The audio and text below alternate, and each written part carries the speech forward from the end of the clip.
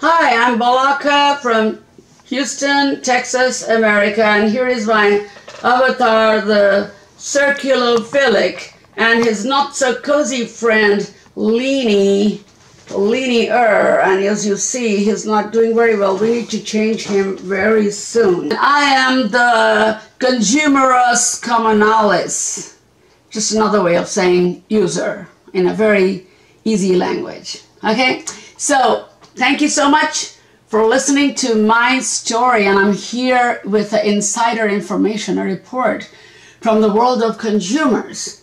And don't get me wrong, we are nice folks. It's just that I've heard that circular economy is a good thing, and I've been doing a lot of research, training myself up to play a part to help in building it. You know, it's like the straight train tracks that's suddenly coming to an end, and the train, I can see the locomotive coming, and I'm like a fly, and we all are, you know, some of you are helping me with that. We're like flies trying to get the attention of the driver and trying to stop the locomotive, and it's not really happening. Somehow we are speaking the fly language and the driver doesn't seem to understand, but you know, I'm with you on it. I just want to say that as consumerist commonalis, or just, the users, there are certain things happening at our end which I wanted to kind of share with you all. Like a long time ago, we were in Japan, and when my husband moved into the apartment complex, he was given a nice little booklet, all colorful, pictorial, because not everyone reads Japanese, right? And you almost didn't need the language. It was so pictorial, and we knew exactly what to recycle, on which days of the week it went, and how to neatly pack it all up. And there it was, a booklet for our reference all the time, and we were doing a pretty good job, even coming from a clueless place like my neighborhood in America. In America, when we came back, we were given a letter that we are starting a recycling program, and we're like, yay, now I'm on it, I'm all ready. But the paper that came, it's a letter that said that number 1, 2, 3, 4, 5 hard plastics, only, no soft ones, no foam, and no couple of other things. And then I was thinking, okay, so what happens to the number 2 bag that I got with my bread? Or what happened to the number 2 plastic that inadvertently came to our house, you know, unknowingly, or maybe you had no control on it? What do I do with it? Where do I take the glass? Where do I take the foam? I'm using less and less now because I didn't have to take the trip across town, do more research on where they're collecting, whatever. And in that milk box, a juice box, should I take the plastic bottle cap section away? Do I dismantle it, flatten it out? How much should I clean up? I called up the waste management company, and guess what? The customer service, they're very polite, sweet girls. They had no clue at all. And I was like, I have to put on my research glasses here. What are we missing? And I started doing my investigation. And of course, you know, we all love nature. You know, don't misunderstand on that. Although we are consuming all the time, I've never met another common man like myself who does not love nature. I mean, even desert is a nature. You know, when we keep talking about how forests will turn into deserts, desert is also nature. So we are also part of nature. What are we missing here? That made me think that, hey, circular economy is like the beautiful rainbow. We all love and like to talk about it. But can we pull it down to the level of the grassroots, where we all actually live?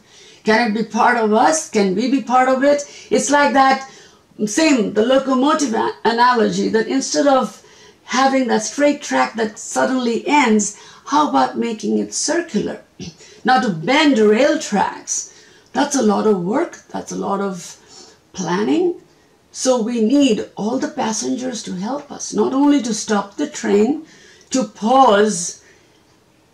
And when I think of pausing, I'm actually thinking of this pandemic. I'm so fortunate that all those who are listening in right now are safe and healthy to be able to do that. But did we ever imagine that there would be some force that could actually press the pause button for the whole world? But it did happen. I mean, imagine American roads, no more traffic jams now. While that's a good thing, we don't want the economy to come to this kind of a halt. We don't want to use the aircraft like a limousine, just burning all that gasoline just for one or two people. That wasn't the plan when we thought of slowing down. But if we somehow had everyone on board help to make the track circular, we can go on having that joyride without worrying about getting derailed, without the track suddenly ending.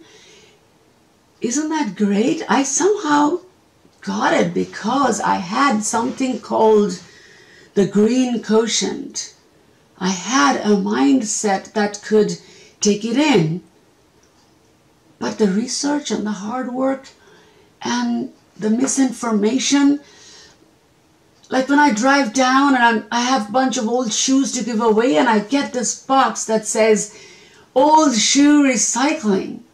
Oh wait, recycling. I hope they're not donating it because my shoes are really old and bad and muddy. Not fit for donation, but is it recycling? So I called them and said, are you going to chop this up to make something different? Or are you going to give it to somebody who needs shoes? They said, yes. I said, well, then it's not recycling. Maybe it's donation.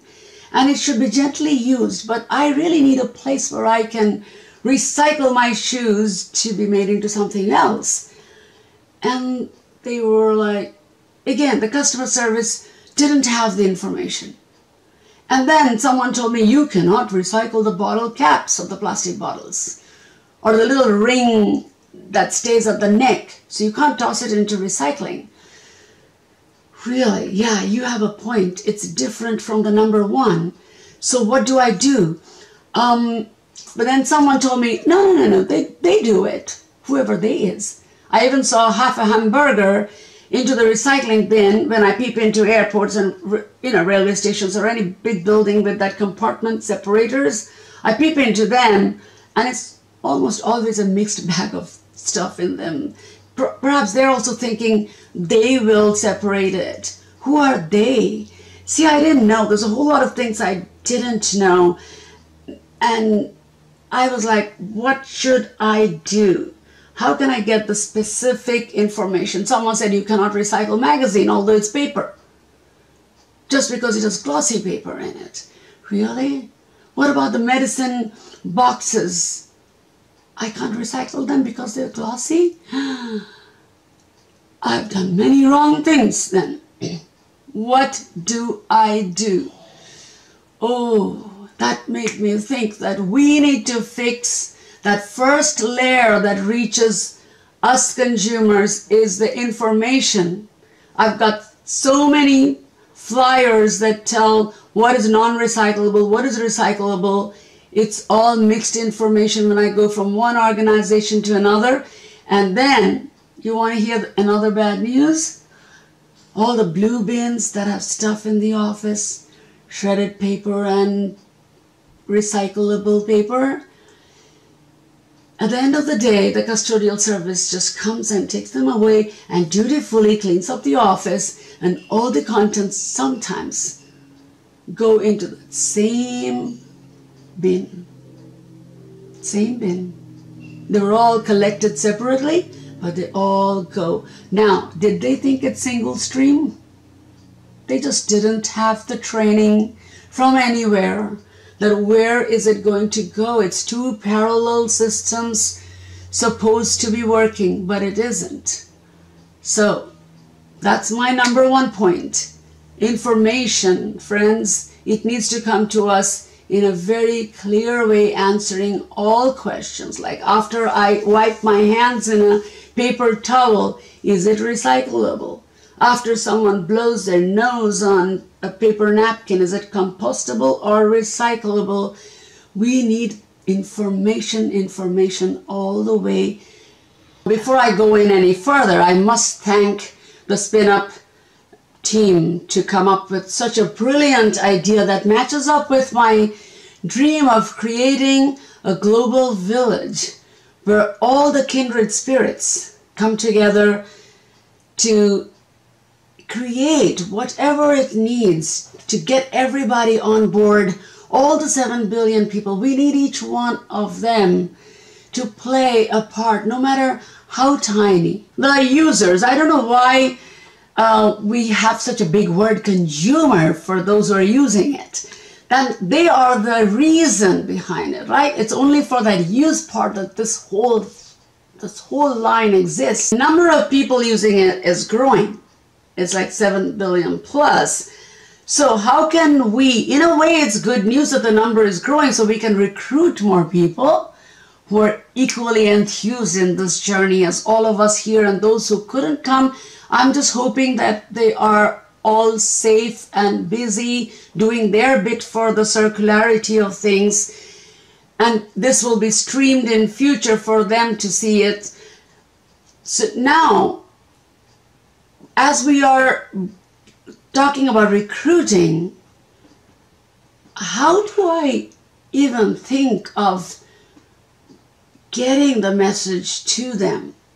And when a child, I used to run, when I was a school teacher, 5th grader, I used to run a green club in my school, and I was once talking to the kids, 4th and 5th graders, about circular economy, that to get them all started on their own independent research. So let's Google it. So we started Googling, and oh boy, I was surprised, because I then realized that most people, even, as a copywriter, I know that even academicians, when they think in their personal lives, emotionally, they're thinking comfortably at the 5th, 6th grade level. The first Google page has said that it's a perspective. And I may have to read sometimes, from paper, because I may not remember the whole thing. It's a perspective in the economic value of materials optimized over time. Like this calls for minimal use of raw materials and reintroduction of materials already in the economy with no waste. Isn't that simple and easy? Isn't that exciting? And they get the no waste part, and they get maybe the economy, they've heard that word before, whatever that means, and they didn't say, yes, my life depends on it, let's do it. They didn't say that. And they were drawing blank, like, oh boy, what's this class going to be about? So let's speak in their language whenever it's very difficult. You know what 5th graders call it? They call it geek speak, nerdy language, or language of the dorks. And do you think they try to understand? No, they just zone out of it. They just tune out, or their frequencies just don't match.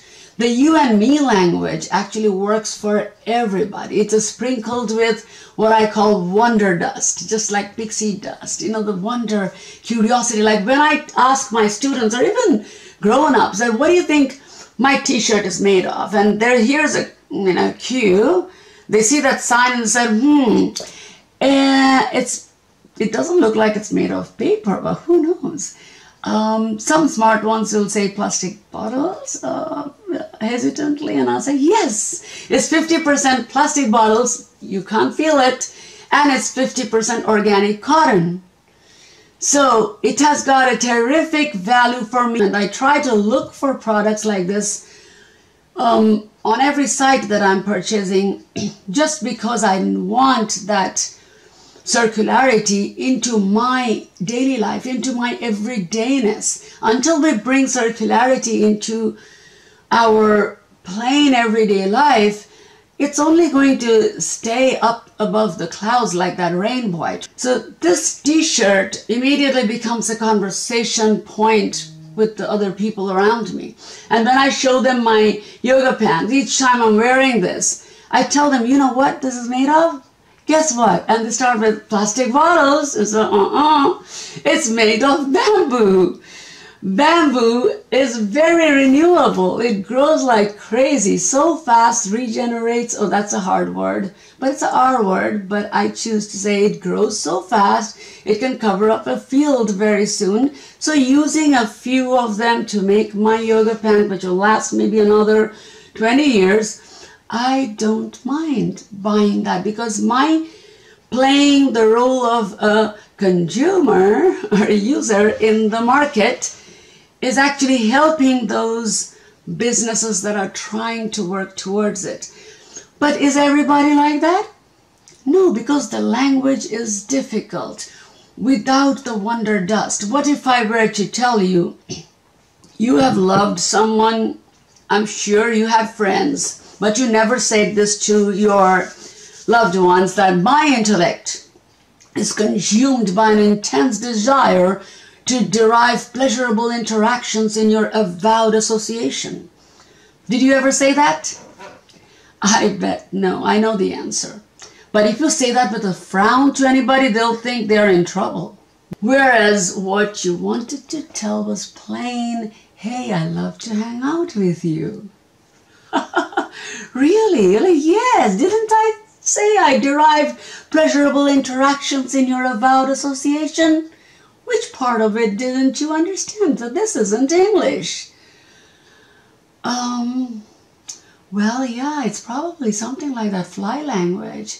It needs to be plain English, guys. I love you is so beautiful and simple.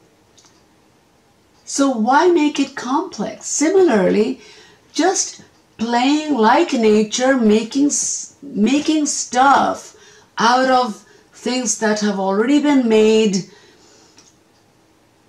is so beautiful, rather than saying cradle to cradle. I looked up cradle to cradle, and you won't believe it says a design framework focused on eco-effectiveness and positive impact of the product while reducing the negative impacts. So it's a positive impact that reduces the effect of negative impact because of the eco-effectiveness. I could not visualize something happening.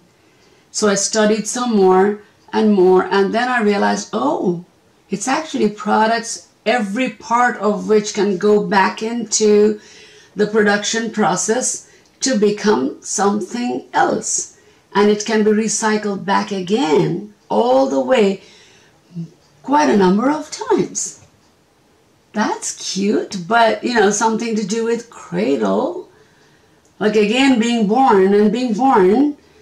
But this eco-effectiveness of reducing negative impact did not make any impact in my brain, to say nothing of those who are not bent into so much research, who are not having the time in their hands for them to do anything, for them to figure it out. They just nod and say, oh, well, I've got other things to do.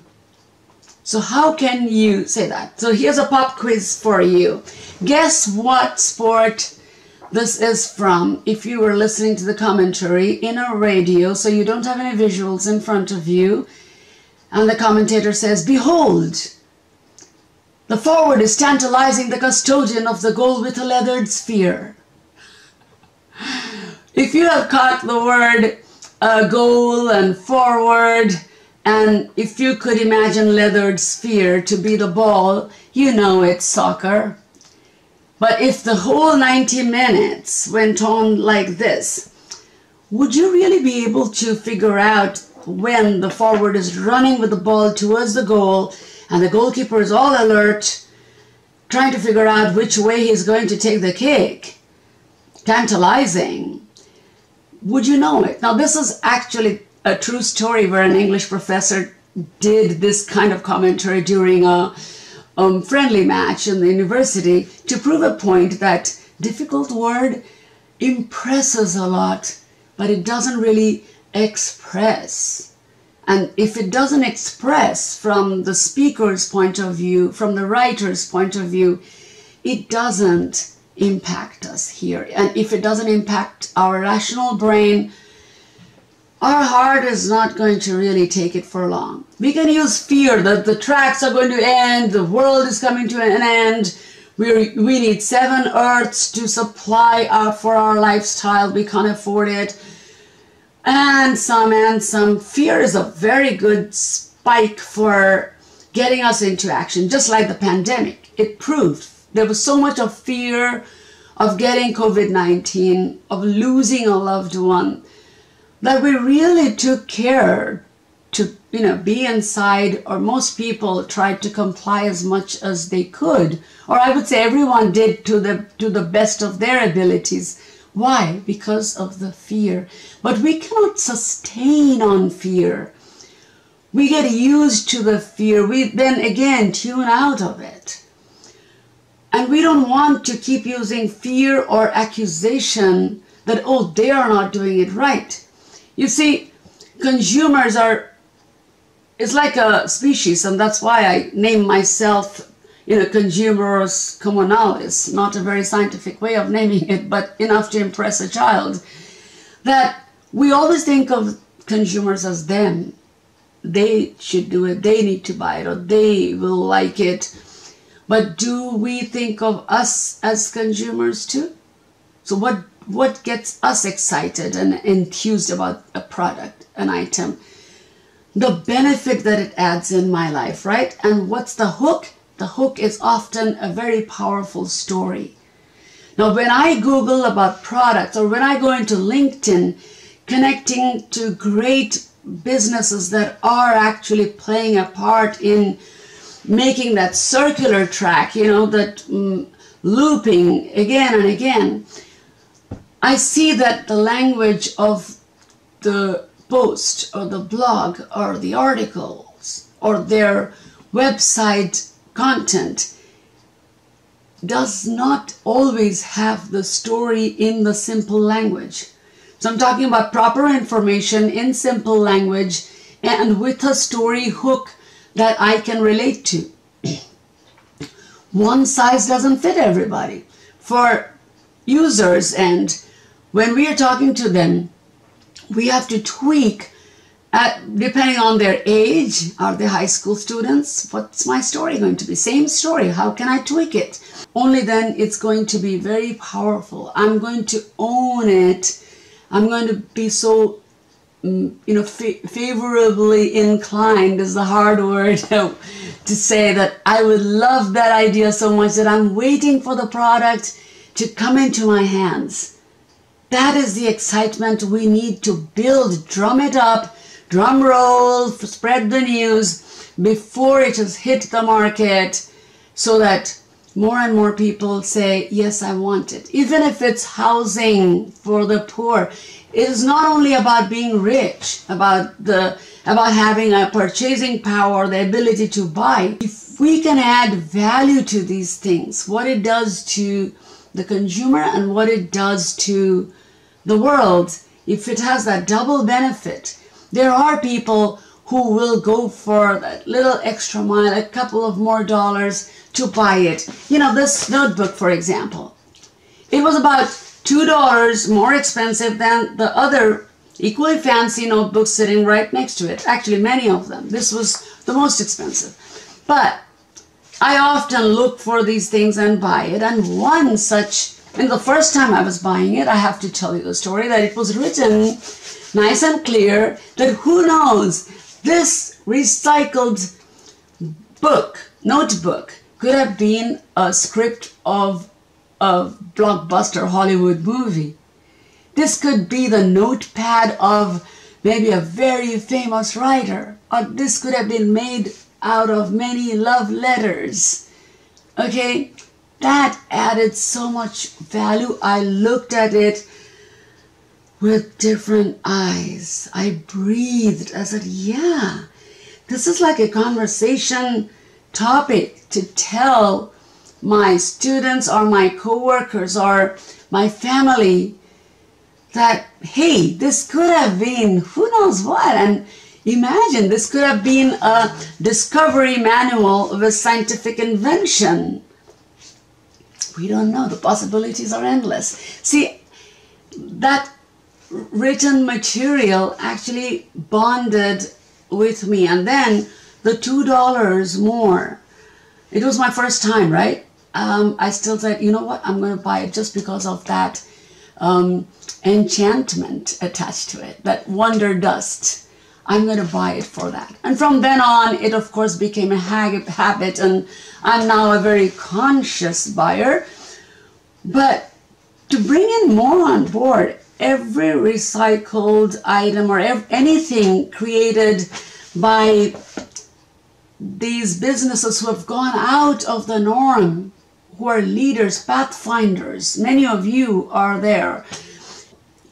So the story hook, story hooks are often not there. When I get those great articles, information, and I see those valuable comments by people, I check their profiles. Amazing partners in the circular economy. They're shaper-uppers, but the language is again geek speak, the fly language, which the common man is not reading.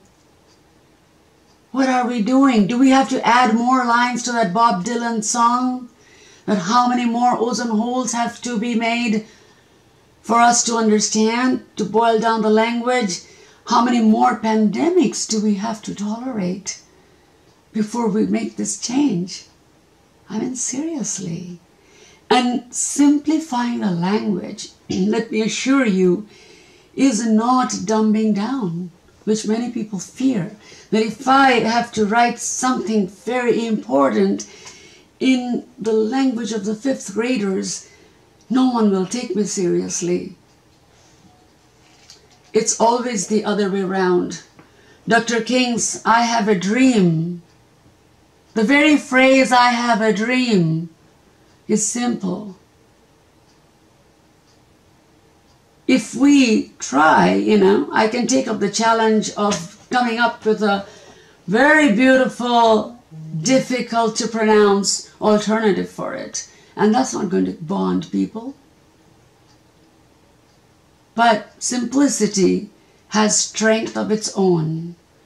Stories have a strength of its own. Let's put them together. Let's bring the information using that to the people everywhere. Mainstream.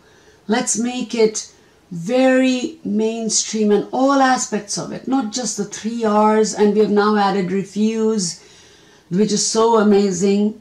And then, we have the repair, and we have the relearning. We also have, I've added a lot of R's in my life, like repentance.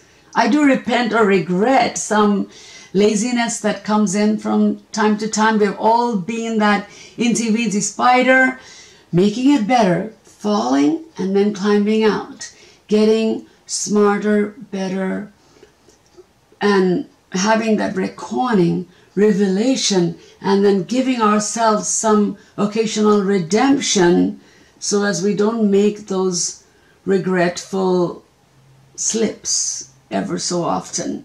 So it's a growing journey. It'll be so good if we can add that marketing WIIFM to it. What's in it for me? If they see the benefit, they'll go and jump for it. Some more because they have more green quotient, making them think in those lines naturally, even without the education. I often know, simple folks who are living a very waste-free life, just respecting everything that they use. So it is not related, it is not proportional to how much education we have. It's often counterproductive, if you honestly ask me. So think about the companies that are making jewelry out of retrieved gold from smartphones, discarded smartphones. What about the new fashion? The new fashion that is now made from used fibers, or just redesigning the clothes you have. There are those services that are doing it. What about furniture? You know, whether it's outdoor or indoor furniture that's created out of totally discarded materials. It's so good now that if no one told you about it, you would never even notice. So that's being done. How can we play a part once we get that WIIFM, which is possible through stories and language, and then we can take the call to action. The call to action is the most important thing. And I visualize it like the flies have finally been able to slow down the train without a pandemic. Happy slowing down, then to a perfect stop before the track has ended. Yay. And then getting all the passengers enthused with this idea that let us all put our hands into making it circular. And they're all helping in every way. And there, I would just caution that while we're only getting them enthused, energized, difficult words, but like the tempo is high, let's call it, we also have to caution them about greenwashing. Many companies that are using those terms when they're only taking one tiny step. Maybe it's economically viable for them and they're doing it, and they're calling their whole product eco-friendly. How not to get caught in that, how to analyze, and that's where a lot of education in many different layers come in. It just doesn't have to be, oh, this is made from recycled stuff. But in the entire process of production, you know, again, to bend this straight line into a circle isn't easy. So I look at production system like a rock, or let me pick this rock, which is, I think, cooler. A tiger eye. See the layers? See the layers in the shale? Production process has got many layers of it. Someone is probably giving me a material that is not recycled or not made out of recycled material, but it took so little of the actual raw material than it used to earlier, because they now have a different kind of a machine that doesn't create scrap. Or they roll back the scrap right there back into the production. So more and more it's being done. So there is no waste, or very little waste, of that industry. So I, knowing it, start respecting the product more.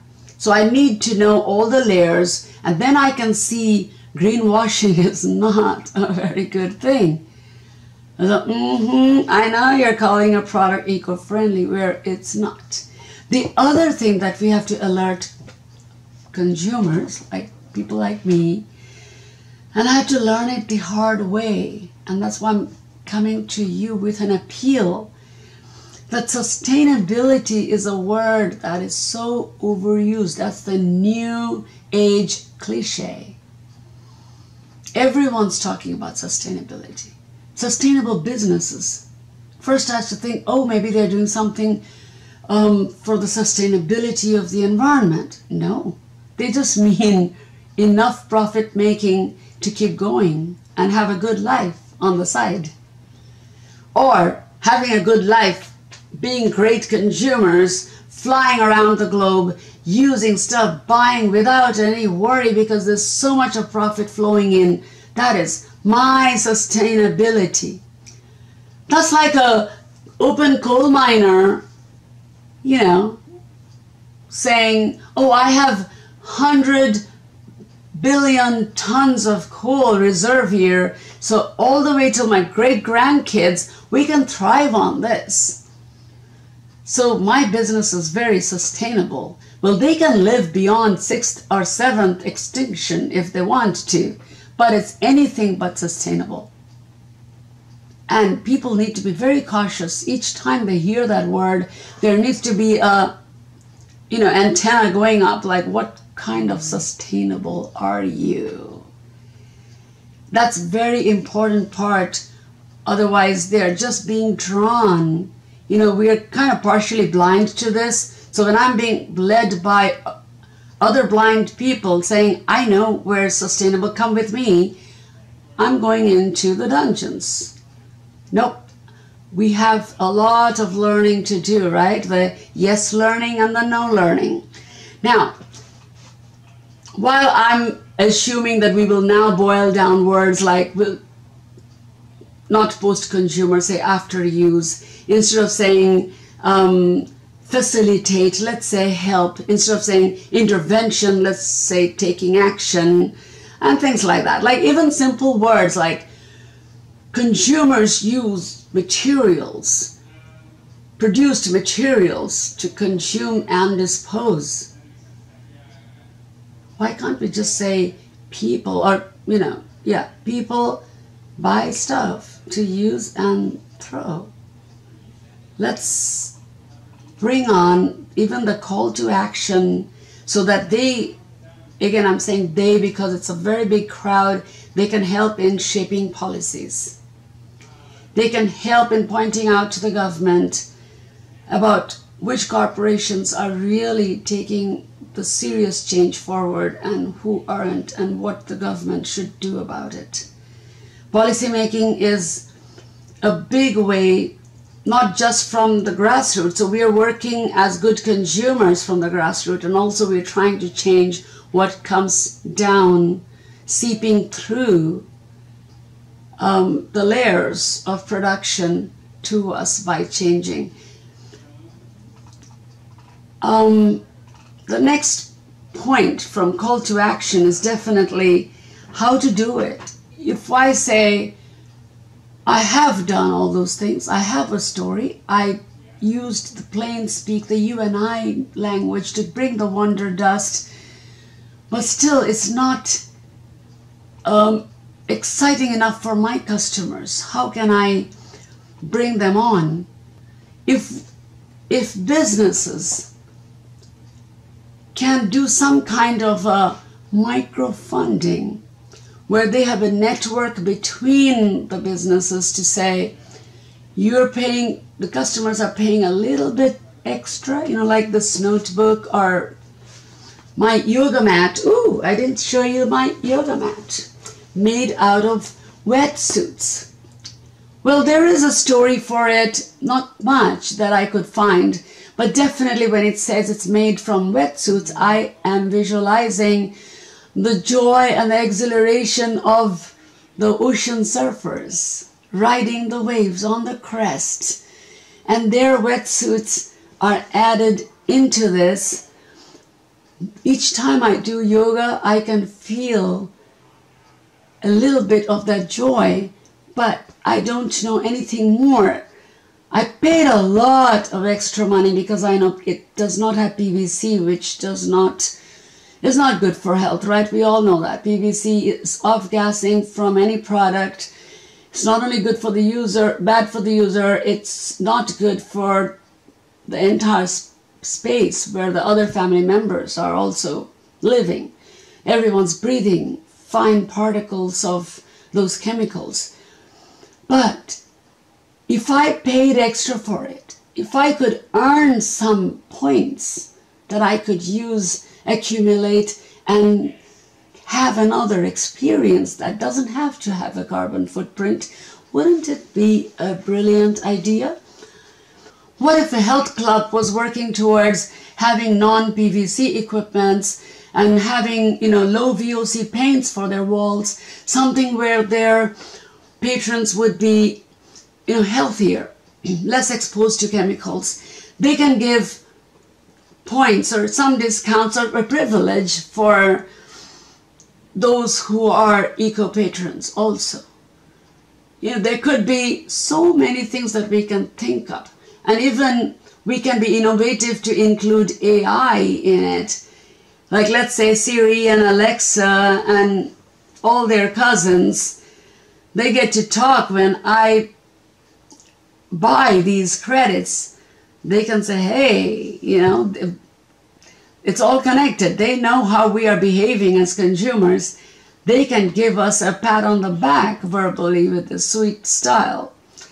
And they can also alert us when we are buying something online. A chat bot can alert us that, oh, you have something very similarly priced, which doesn't cut trees at all, or which is more eco-friendly at the same price. Would you like to take a look? Or you just bought this product a little while ago. I'm glad you came back to purchase again. Make sure you recycle the other one that you are ready to discard. You know, many different ways we can, with the amount of information systems have these days, we can actually have AI be a little, you know, just like our conscience, except that it's talking out loud, alerting us when we're headed out that, hey, are you going shopping by any chance? Don't forget your bags.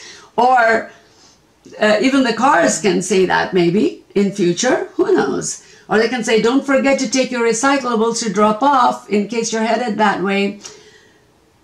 I'm just imagining here, you know, just throwing the ball. You can come up with your own ways of aligning the other businesses, aligning technology in so many different ways to make sure that we are not forgetting to participate, or we are not clueless about where to find what, or I didn't even know some of these things existed.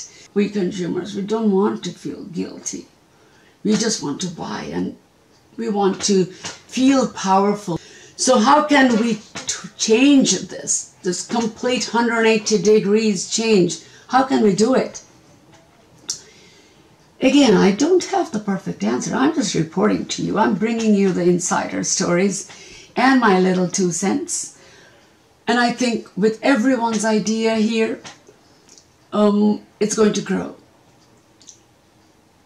If I become a patron of many different products, willing to pay that little extra that goes in making their business viable, and if I get accolades for it, maybe, you know, let's say I bought these points.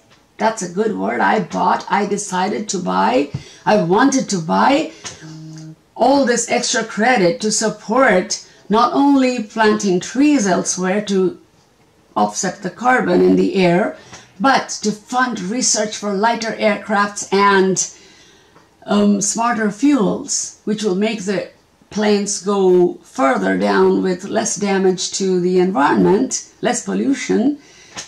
I feel like I'm a patron. I feel elevated in spirit. And if I get priority boarding after I've scored a certain amount of points in that, I will feel good. It's a privilege that I got because I gave. I gave my hard-earned money for something good, and this is like a blessing that came back to me. People next to them will think, oh, what did they do to earn that? That was cool. What did you do, sir? And the conversation gets rolling, and who knows, some more people can get recruited. And that's where I'm requesting, again, just a thought to see if we can change. It's an appeal that I'm doing to the visionaries that should we change the term carbon tax? You know, 2020, Vision 2020 sounds so beautiful. Like, you know, had the pandemic not been here, it would be the year for huge emotional anchoring with that number and, you know, connecting with progress. So thinking of that, I really feel that I have to take my journey forward. So the carbon offset, when I look at it as funding for research for these two things, smarter aircrafts and smarter fuels, it becomes so much more meaningful. That yes, I feel good when I do that. But I don't have to pay carbon tax. I want to buy patron points, eco-patron points, or anything that we name it that has that associated verb buy, that has the associated personal decision making of I want to buy. That's going to make more popularity for it, more acceptance, if not popular. And when thousands of people do it, it is microfunding. And in these times, through social media, microfunding, $1 from 5 million people is $5 million. We didn't have to go to a big angel donor. We didn't have to write a grant to get that grant. But just $1 didn't burn a hole in anybody's wallet, but it made a huge thing possible. So that's again an appeal that I'm kind of bringing it on the table for everyone to think about. Writing side, I'm a copywriter communicating with, clients, prospects, or clients. So that's where the language is so important to me. My website, The Green Writer, you can always visit and communicate through there. I would love to hear what you think so that this idea develops into something more forceful, more effective. It's not about who is right, really, anymore. It's about building, channelizing, putting all our energies into it, because there is no time to lose. We know that. All right, so let's move on. How much to tell the consumers is the next question. How much really? And there are different viewpoints sometimes. I don't overload them with too much information. You will lose them. If it is a dependent thing on what product it is and who I'm talking to, I'm in favor of sharing the whole story, every layer of it. Like, how do I take it to the consumers? Maybe two things, two items, and I've often had this dilemma myself. Two products, same price. Which one should I buy? And that point we're often judging by how cute one thing looks. Oh, same price, let's get that one. That's when I look into the backstory. What was done to it? Where did it come from? Is it local? Is it not? Did it come across the ocean? Did they install a new model? Now, if someone's not doing the research, how can we tell? For me, it's always good if there is a simple language story at the back that's visible, not in fine print, not in geek speak, telling me that this is special and I'm going to pick that. Same price, I pick that. And for certain things, if I know it exists but a couple of miles away, I will go those extra miles to get it, just to support that business. It's not there near my periphery, it's maybe at the store 3 blocks away. I will do that because I have the knowledge. So how is it going to reach the consumers the information about where it's available? Whether it is jewelry made from recycled gold, retrieved from cell phones, or whether it is neo-fashion using plastic bottles, jewelry from guitar strings or furniture from trash, beautified so no one would know. How will I know? Well, that's when I would suggest that we involve the mainstream media. Mainstream media is not really interested in all these stories.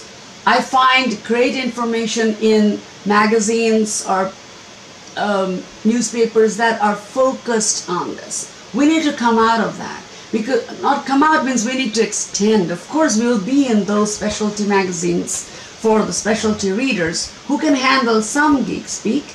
Not that they like it. Again, the emotional content may be not there.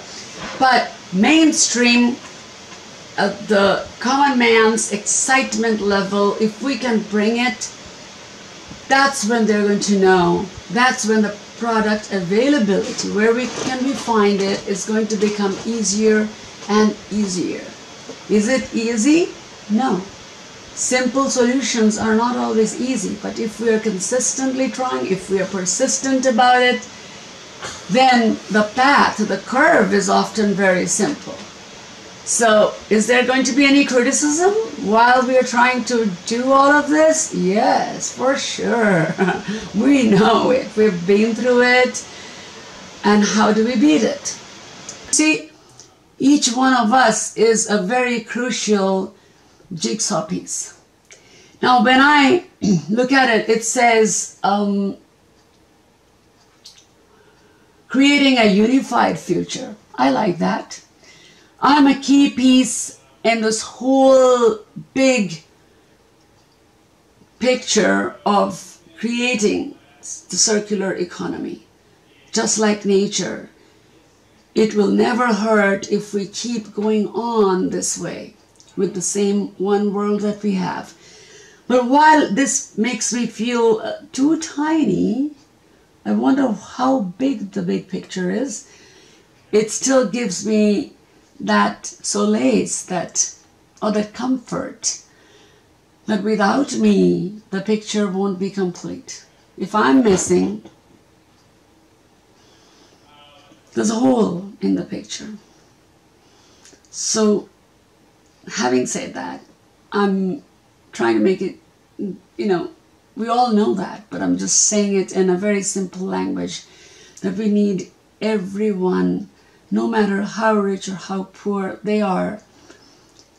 We all need the basic stuff. We all need those materials made in a way, in a responsible and respectful way, and brought to the people. The communication is so smooth, in almost like baby talk, just like a pre-K teacher. She doesn't lisp. She doesn't even talk the college level physics 101 in a jargon loaded language. She somehow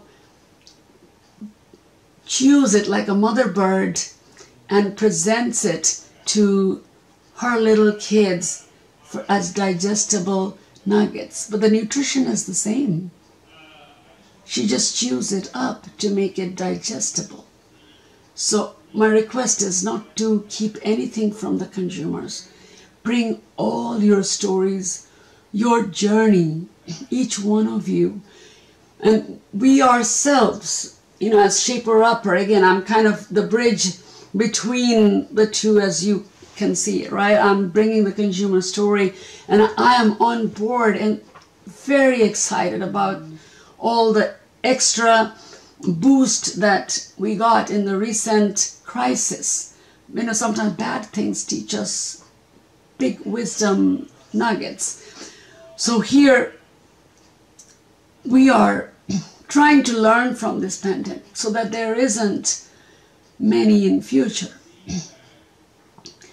How can we have everybody, like all the passengers, helping to build that circular track? How can we make our, it's a lonely journey. We sometimes feel that even we are the one person in the family or in your micro community thinking differently. But it's okay. Be the little teacher, that little pre-K teacher, trying to talk at their level and bringing them up to par, where you can all function together like a well-oiled machine. There will be no hiccups. And then the naysayers, who sometimes create their own data, right, to support their point, even the naysayers will begin to see, they're perhaps afraid of this alternative economy, thinking they don't make enough profit. They're almost having sleepless nights all the time. Why should I copy that? Even if it's good for the world, I don't have time to do that.